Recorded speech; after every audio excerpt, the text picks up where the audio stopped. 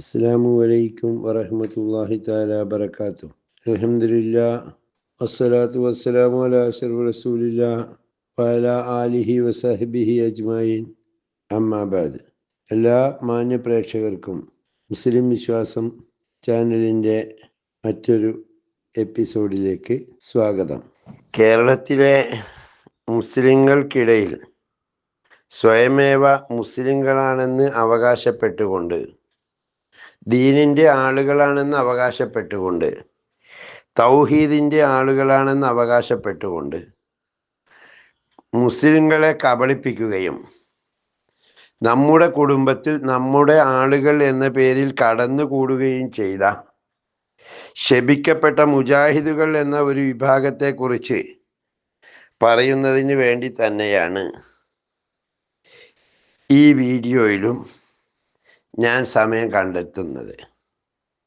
നമുക്കറിയാം, എൻ്റെ ഇത്രയും കാലത്തെ വീഡിയോകൾ പരിശോധിച്ചാൽ ഏതെങ്കിലും ഒരു വിഭാഗത്തെ ഇകഴ്ത്താനോ ദുഷിക്കാനോ പറയാനോ ഞാൻ ഇന്ന ഒരു മുസ്ലിങ്ങളിലെ ഇന്ന ഒരു വിഭാഗത്തിൻ്റെ ആളാണെന്ന് പരിചയപ്പെടുത്തുന്ന മുഖവുരയോടെ എവിടെയും സംസാരിക്കേണ്ടി വന്നിട്ടില്ല.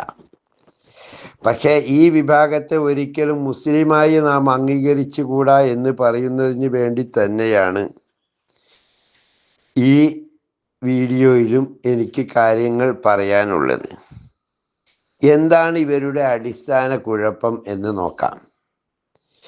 ഇവർ അള്ളാഹുവിനെ കുറിച്ചുള്ള തൗഹീദിൽ അധിഷ്ഠിതമാണ് ഇവരുടെ ജീവിതവും മറ്റ് വ്യവഹാരങ്ങളും എന്നാണ് ഇവർ അവകാശപ്പെടുന്നത്. അതായത് അള്ളാഹു ഏകനാണ്, അവനല്ലാത്തവരെ വിളിച്ച് പ്രാർത്ഥിക്കുന്നത്, മൗലൂദ് നടത്തുന്നത്, മറ്റ് ശിർക്ക് നടത്തുന്നത്, മക്കാമ് പോകുന്നത്, ബദരീങ്ങളെ എന്ന് വിളിക്കുന്നത്, മൊയ്തീൻ ഷെയ്ഖ് തങ്ങളെ എന്ന് വിളിക്കുന്നത്, അമ്പലത്തിൽ പോകുന്നത് എല്ലാം ഇവരുടെ കാഴ്ചയിൽ ഒരുപോലെയാണ്. എന്തോ അതവരെ വിശ്വസിച്ചോട്ടെ, അതവരെ ഇഷ്ടമാണ്. നമ്മൾ അതിലേക്കൊന്നും തിരുത്തുന്നില്ല. കാരണം അള്ളാഹുവും റസൂലും പഠിപ്പിച്ചതിനനുസരിച്ച് ജീവിക്കുന്ന മുസ്ലിങ്ങളെ സംബന്ധിച്ചിടത്തോളം വേറൊരുത്തന് വേറെ എന്ത് പറയുന്നുണ്ടോ എന്ന് ശ്രദ്ധിക്കേണ്ട കാര്യമല്ല. പക്ഷേ ഇവർ പറയുന്നത് ഷാഫി മദ്ഹബായാലും 4 മദ്ഹബുകളായാലും അവരെ നമ്മൾ അംഗീകരിക്കേണ്ടതില്ല. കാരണം അവർ സ്വയം ഇജ്തിഹാദ് ചെയ്തതാണ്.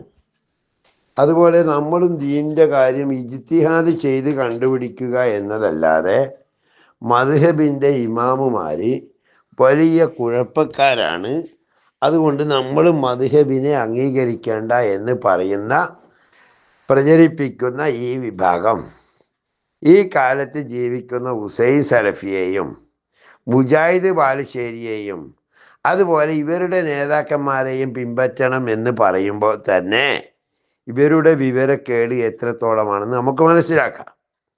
ഞാൻ നേരത്തെ പറഞ്ഞ പോലെ ഇവരുടെ അടിസ്ഥാനം ജീവിതമാണല്ലോ. എല്ലാവർക്കും ആശയല്ലല്ലോ, ആമാശയാണല്ലോ. അപ്പം ഇവരുടെ ജീവിക്കാൻ വേണ്ടിയിട്ടുള്ള വരുമാനം കണ്ടെത്തണം.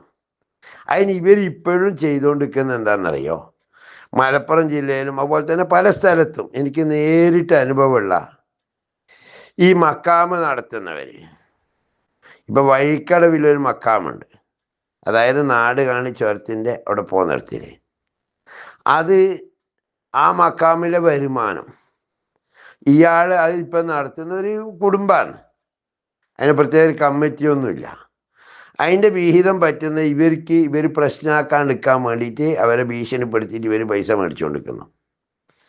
അതുപോലെ മലപ്പുറത്ത് കൊണ്ടോട്ടിയിലും വണ്ടൂരൊക്കെയുള്ള കുറേ ഈ ഇസ്മിൻ്റെ പണിയെടുക്കുന്ന എന്ന പേരിൽ ജീവിക്കുന്ന ചില ഉസ്താക്കന്മാരെന്ന് പറയുന്ന ആൾക്കാരുണ്ട്. അവരിൽ ഭൂരിപക്ഷം ഗൾഫിൽ നിന്നൊക്കെ ഈ കൊറോണേൻ്റെ സമയത്തൊക്കെ കുത്തുവാലെടുത്തിട്ട് വന്നവരും അതിൻ്റെ മുമ്പ് ഗൾഫിൽ പോയിട്ട് ഒരു ഗതിയും പിടിക്കാത്ത ആളുകളാണ് ഈ ചികിത്സയും കൊണ്ടിരിക്കുന്നതെന്നാണ് എൻ്റെ അറിവ്.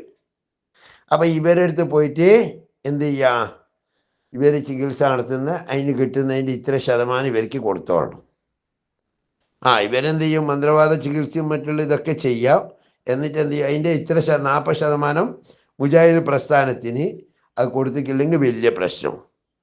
ഇതെല്ലാം വളരെ വ്യക്തമായ തെളിവും രേഖയും അടക്കമാണ് പറയുന്നത് എന്നത് കൊണ്ട് തന്നെ ഇതേക്കുറിച്ച് വല്ല സംശയങ്ങളും ഉള്ളവർക്ക് ഇതിന് എൻ്റെ മൊബൈൽ നമ്പർ ഉൾപ്പെടെ ഇതിൽ കൊടുക്കാറുണ്ടല്ലോ എൻ്റെ ചാനലിൽ.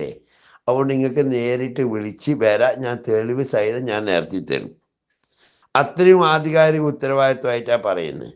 അതുകൊണ്ട് പ്രിയമുള്ളവരെ, ഈ മുജാഹിദ് പ്രസ്ഥാനം എന്ന് പറയുന്നവർ കച്ചവടമാണ് ലക്ഷ്യം.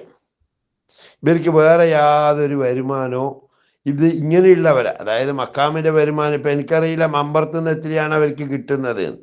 കൊടുക്കും തീർച്ചയായിട്ടും, നമുക്കറിയാം. സമസ്തയിലെ ചില ആളുകൾക്ക് ഇപ്പോഴും അവർ ഭീഷണിയും പേടിയുമാണ്, അതുകൊണ്ട് കൊടുക്കും. അതുപോലെ തന്നെ നാട്ടിൽ ഏതെങ്കിലും വേശ്യാലയങ്ങളോ മറ്റോ ഉണ്ടെങ്കിൽ ഇവർ പ്രസംഗിക്കും, കള്ള് ഷാപ്പിനെതിരെ ഇവർ പ്രസംഗിക്കും. അപ്പം അവരൊക്കെ ഇവർക്ക് എന്ത് ചെയ്തോളൂ, പൈസ കൊടുത്തിട്ട് പ്രശ്നം ഒതുക്കുന്നതിൻ്റെ ഭാഗമായിട്ട് ഇവർക്ക് വീതം കിട്ടും. ഇതാണ് ഇവരുടെ ജീവിത വരുമാനവും മാർഗവും. അതുകൊണ്ട് അള്ളാഹുവിനെയും റസൂലിനെയും വിശ്വസിക്കുന്ന മുസ്ലിങ്ങൾ ആരുണ്ടോ അവർ ഇവരുമായി ഒരു കാരണവശാലും അടുക്കാൻ ശ്രമിക്കരുത്. ഇവരുമായി വിവാഹബന്ധം പാടില്ല, ഇവർ അറുത്തത് ഭക്ഷിക്കരുത് എന്ന് പോലും പറയേണ്ടി വരുന്ന സാഹചര്യം. അത്രയും ദീനിനെ, അതായത് നമുക്കറിയാം, ഒരു മുസ്ലിമിനെ വേറൊരാൾ അവിശ്വാസി എന്ന് വിളിക്കുകയോ അല്ലെങ്കിൽ അവൻ്റെ രക്തം ഹലാലാണ് എന്ന് ചിന്തിക്കുകയോ ചെയ്താൽ അവർ ഇസ്ലാമിൽ നിന്ന് പുറത്തു പോകുന്നുള്ള ഒരു ഉറപ്പാണല്ലോ. അതേ അവസ്ഥയിൽ തന്നെയാണ് ഈ മുജാഹിദ് എന്ന് പറയുന്ന വിഭാഗം മറ്റ് മുസ്ലിങ്ങളെ പതിപ്പിച്ച് ചാർത്തി കൊടുക്കുന്നത്. അപ്പം ഇവരുടെ അനുഭവം ഒരുപാട് കാര്യങ്ങൾ പറയാനുണ്ട്. ഇത് പറയുമ്പോൾ ഞാനും ഇവരുടെ കോളേജിൽ തന്നെ പഠിച്ച് വളർന്ന ഒരാൾ എന്ന നിലയിൽ ഒരുപാട് കാര്യങ്ങൾ നമ്മൾ മനസ്സിലാക്കേണ്ടതുണ്ട്. ഇവരുടെ ദീന് എന്ന് പറഞ്ഞാൽ പള്ളിയിൽ ഇവരെ ഖുത്ബ പറയുന്നതോ മറ്റേ ഇവരെ നേതാക്കന്മാരെന്ന് പറയുന്നവർ പ്രഭാഷണത്തിൽ പറയുന്നതോ അല്ല. അല്ലെങ്കിൽ തന്നെ അടിസ്ഥാനപരമായി ഒന്ന് ചിന്തിച്ചാൽ മതിയല്ലോ. ഇവരുടെ ഈ നേതാക്കന്മാരെന്ന് പറയുന്നവരില്ലേ ആർക്കെങ്കിലും അവർ പറയാ പള്ളിയിൽ നിൽക്കുന്ന മുല്ലാന്മാരെ പറ്റിയിട്ട് പുരോഹിതന്മാരെന്നാ. അപ്പം ഇവർക്ക് ആർക്കെങ്കിലും വേറെ എന്തെങ്കിലും ജോലി ഉണ്ടോ? ഈ പള്ളിയിൽ നിന്ന് ശമ്പളം വാങ്ങുമല്ലാതെ. അപ്പം പുരോഹിതന്മാരെന്നല്ല അവരെ വിളിക്കേണ്ടത്, പൂജാരികൾ എന്നാണ്. ഇത്രയും വൃത്തികെട്ടവർ എന്നിട്ട് ഈ സമുദായത്തെ ദൂഷിപ്പിക്കാൻ നടക്കുന്നു. ഇവരുടെ അടിസ്ഥാന സ്വഭാവത്തിൽ നിന്ന് മറ്റൊന്നാണല്ലോ.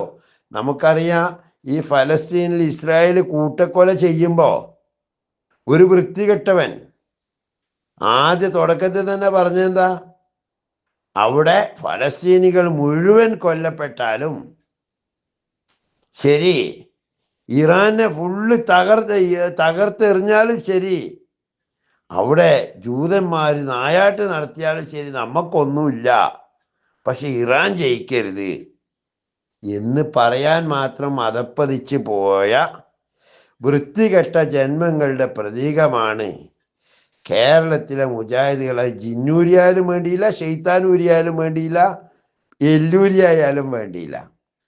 ഈ വൃത്തികെട്ടവന്മാരെ വീട്ടിലടുപ്പിക്കരുത് എന്ന് മാത്രമാണ് ഈ 2 വീഡിയോയിലായി എനിക്ക് പരിചയപ്പെടുത്താനുള്ളൂ.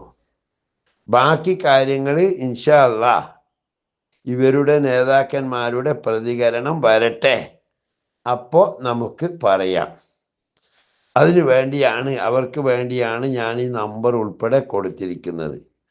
ഇനി പരിശുദ്ധ റമദാൻ മാസം വരാൻ പോവുകയാണ്.